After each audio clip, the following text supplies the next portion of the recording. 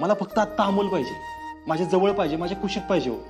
मला त्याच्याबरोबर खेळायचंय, फिरायचंय, त्याला खाऊ पिऊ घालायचे, त्याचे लाड करायचे, मला त्याचा वाढदिवस साजरा करायचा आहे, मला काय काय करायचंय. कदम तुम्हाला सांगू का, मला माझं पाप पण जगायचंय हो. बस. अरे यार तू माझ्यासारखाच आहेस बघ. अरे मला पण तुझ्या लहानपणी असंच व्हायचं बघ. जा जा अमोलला घेऊन ये आपल्या घरी.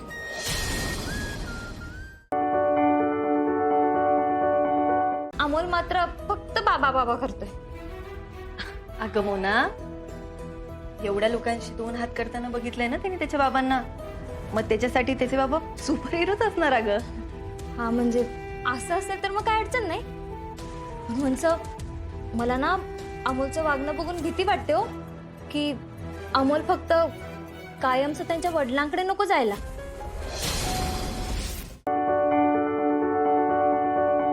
माझे आई बाबा दोघेही आधी कामाला जायचे, त्यामुळे आधीपासूनच जुळवून घेणं आणि परिस्थितीशी सगळं सामावून घेणं असं खूपच आधीपासून खूपच अगदीच म्हणजे जबाबदारी वगैरे. पण आता हा झाला घरातला स्वभाव. व्यक्तिरेखेत या स्वभावाचा काही उपयोग होतो? ती थोडी अपोजिट आहे असं मला पर्सनली वाटतं. म्हणजे कसं? मी खूप मस्तीखोर आहे, वसुंधरा खूप शांत आहे, अशी खूप एक्स्ट्रोवर्ट आहे, वसुंधरा इंट्रोवर्ट आहे. मला बोलायला गप्पा मारायला मी माणसाळलेली आहे, मला माणसं लागतात आजूबाजूला. बायको कुठली आहे? सर आपल्याच फील्डमधली आहे. आम्ही एक शो करत होतो. कुठला? घर एक मंदिर म्हणून सर. अरे हिंदीचा लागला होता. हां मग काही दर्शनाच्या रांगेत उभे. हो सर. तर सेकंड लॉकडाऊन नंतर जयपूरमध्ये झालेला बबलमध्ये झालेलं प्रेम आहे आणि तिकडेच त्याला प्रसाद दिला. प्रसाद मिळाला. हां आणि मग होता लास्ट डिसेंबरमध्ये लग्न झालं. त्यांचा स्वभाव कसा आहे? ऑपोजिट आहे. म्हणजे मी खूप शांत आहे, ती खूप बोलकी आहे आणि तिचं असं म्हणणं आहे की तिच्या थंडरला म्हणजे स्टॉर्मला मी जरा असं शांत करतो. तर आमचं खूप छान जुळतं. कारण बघणार आहे. हो नाही मी चांगलंच बोलतोय, मी काही चुकीचं असं नाही बोलत आहे. स्वतःचा स्वभाव जो आता सांगितला तो आणि व्यक्तिरेखा याच्याशी काय? हो सर, बऱ्यापैकी सिमिलॅरिटी आहे. कारण आकाश ही जी व्यक्तिरेखा मी प्ले करतो तोही तितकाच शांत आणि सगळ्यांना सांभाळून घेणारा समजूतदार असं व्यक्तिमत्व आहे. सो आय थिंक काही सिमिलॅरिटीज तर डेफिनेटली आहे. त्याचं काय ना की चहा प्यायल्याशिवाय ना मला माझ्या दिवसाची सुरुवातच करता येत नाही. आणि मला नव्हतं माहिती की मी चहा केलेलं तुम्हाला नाही आवडणार. पुढच्या वेळेला मी तुम्हाला विचारूनच किचनमध्ये जाईन. ज्या गोष्टी सांगून विचारून करायच्या असतात त्या तू फसवून करतेस.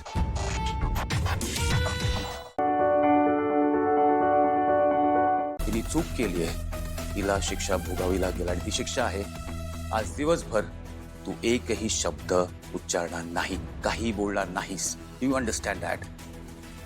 सॉरी, ते चुकून. That's it. Your time starts now.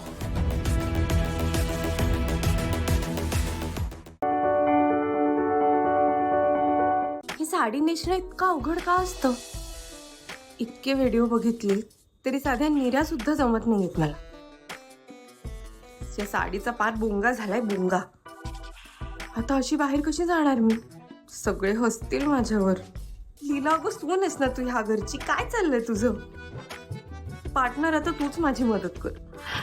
तू ना तू पटकन आजींना आत पाठव, म्हणजे कसं ते मला छान नेसवून देतील साडी.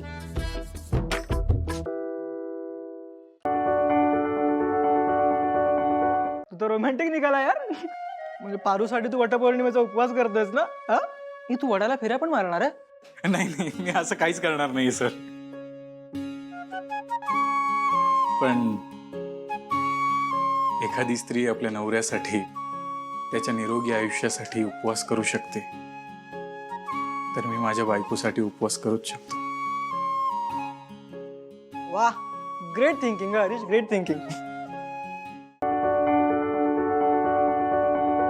आई बाबा गुरुजींकडे गेले होते.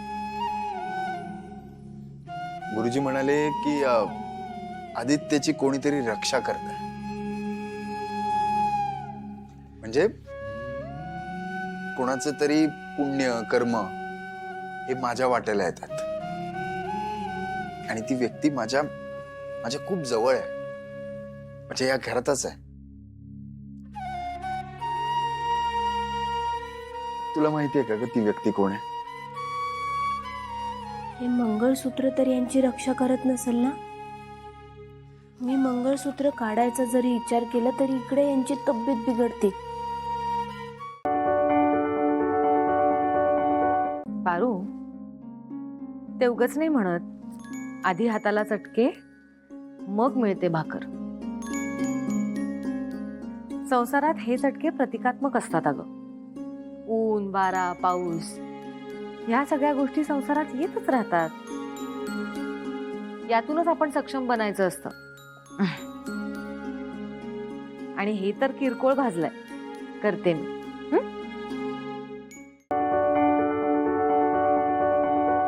विरोचकाला नवीन शक्ती मिळाली, फक्त ती कुठली हे कळत नाहीये. आणि तो त्या शक्तीचा वापर का करत नाहीये हेही कळत नाहीये. कदाचित तो एखाद्या योग्य संधीची वाट बघत असेल,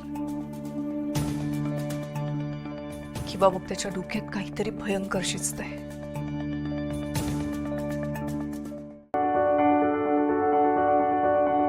काकू, तन्मय आणि फाल्गुनीताई असं दाखवतात की त्यांचा विरोचकावर विश्वास बसलाय. कदाचित म्हणून विरोचक शक्तीचा वापर करत नाहीये. असंही असू शकतं की विरोचकाला त्यांचा आणखी विश्वास संपादन करायचंय आणि त्यानंतर तो काहीतरी खूप मोठं भयंकर काहीतरी घडवणार असेल. हे म्हणजे असं झालंय ना की डोळ्यावर पट्टी बांधली आहे आणि युद्धभूमीत उतरवलंय. आपल्या शत्रूकडे कुठलं शस्त्र आहे हे माहित नाही आणि आपल्याला त्याच्यावर अचूक वारही करता येत नाही.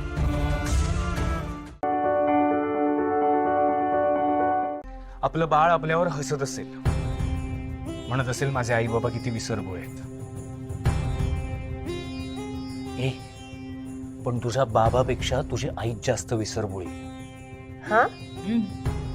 अख्ख्या जगाची काळजी करते पण स्वतःची काळजी घ्यायला मात्र विसरते. चल दे.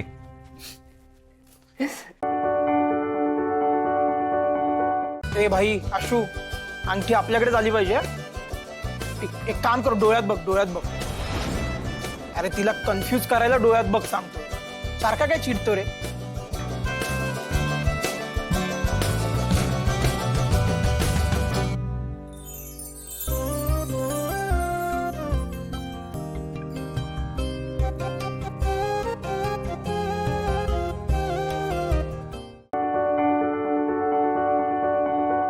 आता पुढचा खेळ.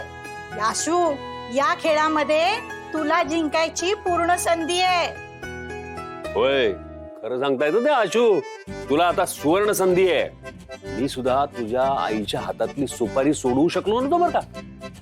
आणि हा लक्ष्मण सुद्धा. स्वस्थ जाऊ दे. पण प्रॉब्लेम काय तुझ्या लक्षात आला का की ही स्त्रियांची जी परंपरा आहे ना सुपारी आपल्या हातात ठेवण्याची, ती तू मोडीत काढ आणि एक इतिहास घडाव.